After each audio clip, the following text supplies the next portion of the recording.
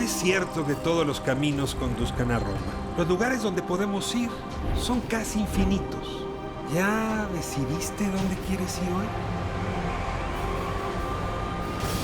Piénsatelo bien para no equivocarte. Toma en cuenta que el tablero de ajedrez ha cambiado. Hoy el rey se ha enterado que va desnudo. Y cuando el poderoso lo olvida, la verdad se encarga de desnudarlo. Hay que tener talento para pensar fuera de la caja, para combatir los prejuicios, los ajenos, pero sobre todo los propios. Cada quien posee una pieza única del rompecabezas. Por eso intentamos dialogar, para armarlo juntos. La palabra nos libera y la conversación nos empareja. Aquí no hay lugar común. Esta noche tengo a Abraham Cruz Villegas con nosotros, uno de los artistas visuales más reconocidos en el mundo de origen mexicano. Muchísimas gracias, Abraham, Al por contrario, muchas acompañarnos. gracias, Ricardo. Muy, muy honrado. Entre los espacios donde se ha presentado tu obra, bueno, está Nueva York, está el Tate, por ejemplo, en Londres, desde luego acá. ¿Hay algún escenario que te has dicho, este era el mío, este era el lugar donde mi obra merecía estar? Mira, me gusta decir a veces que en el libro del arte de la guerra de Sun Tzu, él dice que no hay enemigo pequeño. Okay. Y yo creo que así como en Londres o en Nueva York o en París o en cualquier lugar, o en Corea, en muchos lugares donde he expuesto, igualmente si me invitan a la Casa de Cultura de Ciudad Mante, voy. Si me invitan a la Casa de Cultura de donde sea, voy. No hay enemigo pequeño y todo merece una dignidad y un respeto homogéneo y vaya, humano como somos. Voy a seguir jugando con tus palabras, pero tampoco hay recinto pequeño y tu obra a veces necesita espacios más grandes. He hecho cosas en la calle, incluso te digo, sin necesidad de un reconocimiento, es decir, experimentaciones que tienen que ver no con el lugar en sí mismo, como un espacio de exposición, sino con la posibilidad de que la gente lo vea, incluyendo que no lo reconozcan como arte, es decir, hacer un ejercicio en la banqueta, lo hago, lo dejo allí, lo documento, y quien lo vea bien y quien no también. La calle no es un escenario que te haya sido ajeno. Estamos aquí en TV Azteca, nuestra colonia, si tú revisas la dirección, dice Ajusco. Y tú eres del Ajusco. Sí, yo soy de la colonia Ajusco, que es de los Pedregales del Chitle, en realidad de los Pedregales de Coyoacán. Y nací, crecí en la colonia Ajusco, a 2 cuadras del Mercado de la Bola. Mi madre, Angelita, sigue viviendo allí. Y pues claro que me da mucho orgullo ser auténticamente pedregalense. Hay en esa colonia un origen, como muchísimas del Valle de México, ¿no? Donde empezaron como colonias improvisadas, porque en México sabemos hacer muy mal eso de planear y luego ponemos el agua y luego ponemos el drenaje y luego la luz. Primero construimos y luego urbanizamos. Y a ti te tocó de niño justamente vivir esa improvisación que en tu obra has dicho tuvo alguna influencia. Tiene, de hecho, este modo constructivo improvisado que se llama en México autoconstrucción, en otros países tiene otros nombres, ocasionalmente favela, Villa Miseria, Shantytown, Bidonville. Creo que tiene como, vamos a decir, es una hermandad de distribución desigual de la riqueza. Entonces, por ahí tiene un origen y tiene una razón de ser que para mí, en mi conciencia, vamos a decir política, ha sido motor de mi trabajo y también formalmente ha influido mucho mi manera de hacer esculturas, por ejemplo. ¿Alguna de tus piezas que signifique esto que estás diciendo? Bueno, en realidad diría que casi todas, pero creo que podría apelar, digamos, al modo constructivo, que es improvisar con lo que hay a la mano. Y eso obedece también a una economía, como decía sobre mi barrio, que también es un fenómeno humano, quiero decir. Hacemos con lo que hay. Como decía mi papá, Rogelio, si no tienes nada, también con eso haces. Y por ahí esa es la obra más importante que he hecho, reconocer en mi trabajo la posibilidad de que se pueden hacer cosas con recursos, sin recursos y a pesar de los recursos. ¿Qué material te interpela más? ¿La madera, el fierro, la piedra? Creo que lo que me interpela más es su unión o su reunión, como una posibilidad de reacomodar cosas de distintos contextos, modos productivos, industriales, hechos a mano, naturales o no, que puedan dialogar entre ellos. Por ahí, sin un ánimo animista, diría que me gusta ser testigo y partícipe de un diálogo entre distintos modos locales. sin ser animista, ya metiste la pata. ¿Hablas con el objeto? ¿Le preguntan, le interpelas? ¿Quieres que sea testigo de algo, que te cuente algo? ¿O tú le das vida? No, mira, yo creo que dar vida a cualquier cosa sería muy arrogante. Creo que en todo caso son los objetos los que me hablan a mí.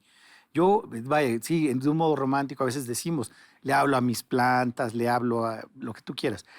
Hay quien le habla a su coche, ¿no? Yo, yo espero más bien que los objetos llamen mi atención, yo no los escojo, ellos me seleccionan. Yo no quiero decir que soy indiferente a la realidad, ¿no? Al contrario, trato de escuchar y ver y generar un vínculo con lo que me rodea sin discriminar, sin excluir. Eso es bien importante. Ahora, yo podría equivocarme, decir, Abraham Cruz Villegas habla con objetos urbanos, pero eso dejaría de lado una obra tuya que también tiene que ver con tu tradición. Vienes de familia purépecha. Sí. Y ese es otro universo de otros materiales, de otros diálogos. Ahora, cuéntame cómo se junta en ti también esa beta purépecha. Mira, creo que tienes razón. Vengo del lado paterno, mi familia son purépechas y del lado materno son ñañú. Entonces, por ahí yo soy un híbrido, vamos a decir, como somos, creo que mucha O sea, gente. Michoacán e Hidalgo, ese es un Es poco. Hidalgo, Guanajuato, ¿no? Ok. Y creo que, decía que creo que como muchas personas en el mundo entero somos mezclas de distintas sangres y de distintas raíces y culturas. En ese sentido, como dices, no solo interpelo y dialogo con objetos urbanos, sino también de acuerdo a los lenguajes, los saberes y las culturas que me pertenecen, como a ti también, hablo con la naturaleza y dejo que la naturaleza me hable en un sentido político. Me gusta mucho entender que estamos destruyendo el mundo, por ejemplo, y de qué manera yo puedo ser partícipe no de su destrucción, sino de un escuchar de nuevo al agua, a las plantas, no romantizando, sino de veras tratando de complejizar para probablemente también ser parte de una solución. Si ves a tu abuelo, a tus tíos y su tradición, la ves yéndose. Creo que la veo resistiendo y creo que afortunadamente y cada vez más hay una conciencia del poder y de la sabiduría de estas tradiciones, vamos a decir, en la música, en la danza, en el barro, en los textiles y en las manifestaciones también iconográficas de todas estas culturas que nos componen, que eran más de 100 y que ahora quedan todavía 70. Solo en Oaxaca hay más de 30 culturas vivas, con sus propias lenguas, que no son dialectos, son 62 lenguas. Exactamente. Y por ahí, digo, en Michoacán, pues a mí me corresponde la lengua purépecha, no la hablo, yo soy chilango, nací chilango, mi padre como parte de la homogenización de la cultura y de la identidad nacional en los 30 perdió la lengua, como la perdieron un montón de mexicanas y mexicanos. Y creo que ahora hay un movimiento grande y fuerte, como Yasna y Aguilar Gil, desde los Mijes, con muchas otras personas están reivindicando la lengua como territorio. Si yo soy un entrevistador del INEGI y te pregunto, ¿te sientes indígena? ¿Qué respondes? Yo diría que sí, como me siento también judío y me siento árabe y me siento chino y me siento coreano y me siento subsahariano y me siento del Atlas. Muy bien. Si hubieras dicho el Cruz Azul, tendría yo un poco más de empatía contigo, pero... Mi papá jugó en el Atlas de joven. En el Atlas, no en el monte, en Zapopan. Qué bien que aclaraste. Tu abuela te llevó a visitar, dices tú, como turista, esas raíces. ¿Qué quieres decir con tu abuela como el Virgilio que te llevó a recorrer? Exactamente eso es lo que digo. Mi abuela se convirtió en mi Virgilio, estoy hablando hace 30 años, en una voluntad mía de aprender a usar las manos de acuerdo a la tradición de las artesanías, como les llamamos vulgarmente en Michoacán, que hay una riqueza enorme. Yo le pedí que me acompañara como intérprete, porque ella sí hablaba el purépecha. Sí. Y me acompañó en las distintas comunidades de alfareros, productores de queso, herreros, picapedreros. En fin, en el pueblo de mi papá, en Nahuatzen, en Michoacán, todavía hacen gabanes con lana de borrego. Yo aprendí a cardar el borrego, a cardar la lana, a hilar, a tejer en un telar de pedales con mi tío Miguel Avilés.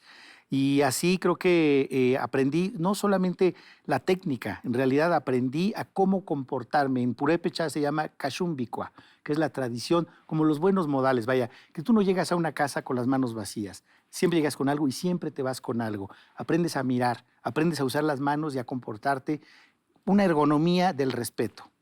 Ergonomía, pones el cuerpo a modo de la circunstancia donde estás. Sí. Y el alma también, supongo. Pues sí, y yo creo que también es un poco aprender a convivir, aprender a ser feliz y a sonreír y a bailar, a estar con el otro y la otra. De algún modo es una manifestación pues, cómo negociar, cómo amar, cómo ser también, ¿por qué no en tensión, en fricción, continuar en la posible construcción de algo que es estar juntos? Y esos telares y esos gabanes están en tu obra. Han estado, pero no de un modo didáctico en el que yo pretenda, vamos a decir, comunicar algo en un sentido estricto, sino son la manifestación de mi voluntad de aprender. Está de moda hablar de manera regañona o de tensionar el argumento, como quieras decirlo, de la apropiación cultural, es decir, irle a robar a las poblaciones originarias, sus diseños, su arte y luego volverlo occidental. Y hay como mucha crítica, incluso ahora en Los Pinos, una gran exposición donde eso se puso en diálogo. ¿Qué sientes tú cuando te digo, en cualquiera de los tonos, regañón o de tensión, no se vale apropiarse? No, mira, yo creo que son como distintas aproximaciones. Creo que históricamente hay momentos, vamos a decir, entre el Capitán Cook en las islas del Pacífico, la colonización violenta, destructiva, que ha habido en todo el mundo, ¿no? El imperialismo extractivista, vamos a decir, lo que todavía sigue sucediendo, de un modo generado desde los estados, desde las coronas, por ejemplo, en su momento, a algo que es simbólico, hay una gran diferencia. Sin embargo, estoy de acuerdo con gente como Tajeu Díaz, de la Mije también, que se ha levantado la voz con su comunidad en contra de la apropiación, de marcas europeas, de diseños que pertenecen a la cultura Mije. Sin que le deje un centavo a la población. Mira, creo que ella y ese movimiento, porque no es ella, es un montón de gente, también de otras culturas, en Morelos, en Michoacán, que afirman no una restitución económica, sino un reconocimiento simbólico. Y creo que eso es bien importante, porque la parte económica, efectivamente, ellos están sacando provecho, venden mercancía a precios, bueno, los que normalmente son del mercado, de la moda. Marcas, claro. Y digo, sin dar nombres, son marcas importantes, ¿no? Europeas, y que no dan un reconocimiento, no aceptan ni afirman que están apropiándose de un diseño. Pero es el robo. Pues llamémoslo así, pero yo creo que lo que sería muy importante es generar un movimiento de reconocimiento, más que, como dices tú, generar un regaño. Es una exigencia perfectamente justa, yo diría, de no apropiación, de no extractivismo, pero también de diálogo posible. ¿Por qué no? ¿Por qué no colaborar con esas marcas? ¿Por qué no construir algo que genere un beneficio para todas y todos, por ejemplo? Abraham, qué delicia tenerte aquí. Al contrario. Había visto yo tu obra, pero no tenía el placer, el goce de tu inteligencia en estas conversaciones y hoy me felicito. Contigo no hay lugar común y sin embargo siente uno que construye un espacio común en estas conversaciones. Muchas gracias. Hasta la siguiente, Abraham. Hasta pronto. Próximo sábado, 11 de la noche, ADN 40. No hay lugar común, no se lo pierdan.